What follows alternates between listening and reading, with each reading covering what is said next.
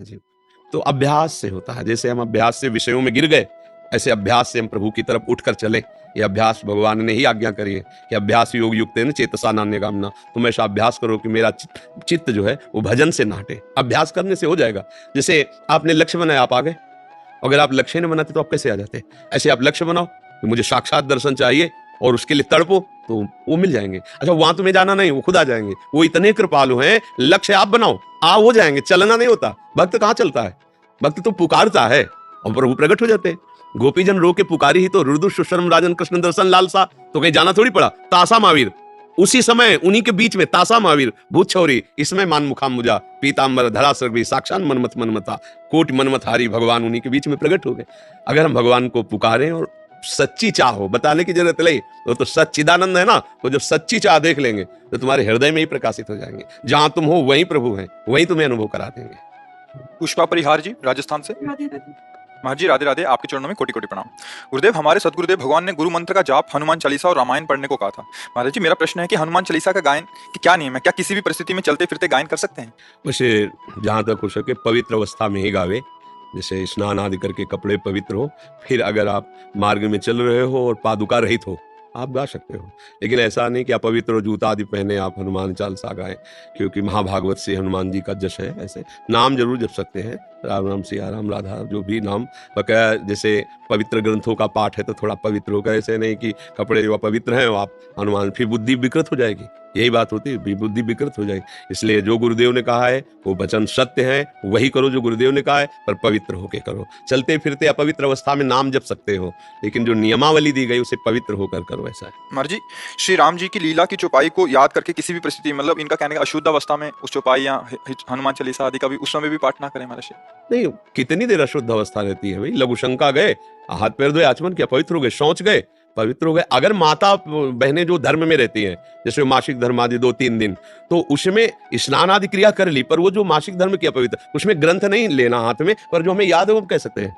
और जो हमें चौपाइयां याद है, जो हमें, वो हम कह सकते हैं, वो हम गान कर सकते हैं, पर ग्रंथ स्पर्श नहीं करेंगे, माला स्पर्श नहीं करेंगे, उस समय ठाकुर सेवा स्पर्श नहीं करेंगे 3 दिन। बकाया जो हमारा भजन चल रहा है उसको तो नहीं रोकेंगे, और शरीर की पवित्रता को वैसे निर्वाह करेंगे जैसे रोज करते हैं, पर वो 3 दिन जो है फिर हम ये सेवाएं नहीं करेंगे। बकाया नाम जप है, कीर्तन है, जो पाठ है, जितना याद है उतना हम कर सकते हैं। अनुराधा प्रिया जी दिल्ली से। महाराज जी, आपके चरणों में कोटि कोटि प्रणाम। महाराज जी, किसी जीव को देह त्याग के समय बिहारी जी की तुलसी चरणामृत और गोपी चंदन हरिनाम गीता पाठ सुनने को मिले तो उसकी क्या गति होगी? पक्की, वो समस्त कर्म बंधनों से मुक्त होकर के कल्याण को प्राप्त हो जाएगा, पक्का, इसमें कोई संशय नहीं। कोई भी जीव अंतिम समय भगवान का चरणामृत, तुलसी जी, भगवान नाम और ये सब महामहिम, तो निश्चित उसका कल्याण हो, निश्चित, पक्का, इसमें कोई संशय नहीं, कल्याण हो जाएगा। राजीव दुबे जी कोलकाता से। राधे राधे। राधे राधे गुरुजी, आपके चरणों में कोटि कोटि प्रणाम। गुरुदेव, जब से आपके प्रवचन और राधा रानी का नाम जप कर रहा हूँ, मन में बहुत शांति मिली। ग्रस्त जीवन में रहने के कारण क्रोध पर निरंतर नहीं रहता, बच्चों और पत्नी पर गुस्सा आ जाता है। क्या उससे नाम जप से जो पुण्य प्राप्ति हुई है उसमें हानि होती है? महाराज जी कृपया मार्गदर्शन करें। वैसे मुख्य बात हम आपको बता दें कि किसी भी कर्म में ताकत नहीं कि नाम को नष्ट कर सके। नाम जप अविनाशी है, भगवान का नाम अविनाशी है। जब आप जितने नाम जप कर लिए वो अविनाशी है। कोई भी बड़े से बड़ा पाप उस नाम को नष्ट नहीं कर सकता।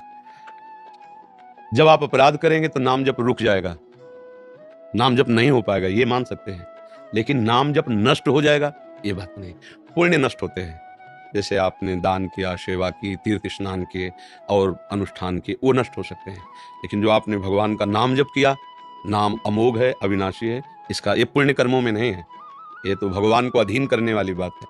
नाम का प्रभाव नामी को अधीन कर लेता है, नाम कोई पुण्य कर्मों में नहीं है। पाप और पुण्य, शुभ और अशुभ कर्म, ये दोनों ही बंधन कारक हैं।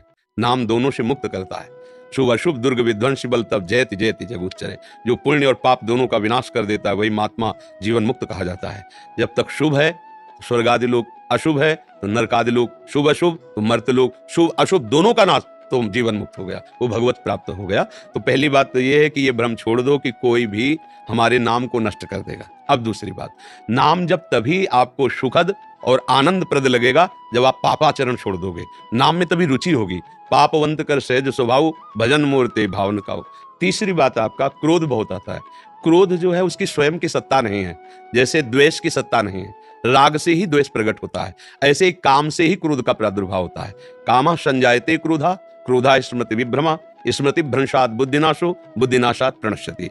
जब हमारी कोई कामना होती है तब हमें जब बाधा पड़ती है तो क्रोध आ जाता है। जैसे हमारे अंदर ये बात बैठ गई कि हमारी पत्नी है, ये हमारे पुत्र हैं, तो हमारी कामना लगती है कि हमारे अनुकूल चलें, और जब वो प्रतिकूल होंगे तो गुस्सा आ जाएगा। अनुकूलता की मांग साधक की नहीं होती, संसारी पुरुष की होती है। पत्नी और पुत्र, उनको कर्तव्य मार्ग में चलाने के लिए तुम्हें सेवा मिलेगी। तुम पति नहीं हो, तुम स्वामी नहीं हो, न उस जीव को जानते हो जो पत्नी रूप में है, न उस पुत्र को जानते हो जो पुत्र रूप में है। केवल शरीर संबंध को मान करके आपने अपने को स्वामी मान लिया है, इसलिए परेशान हो रहे हो। स्वामी मानो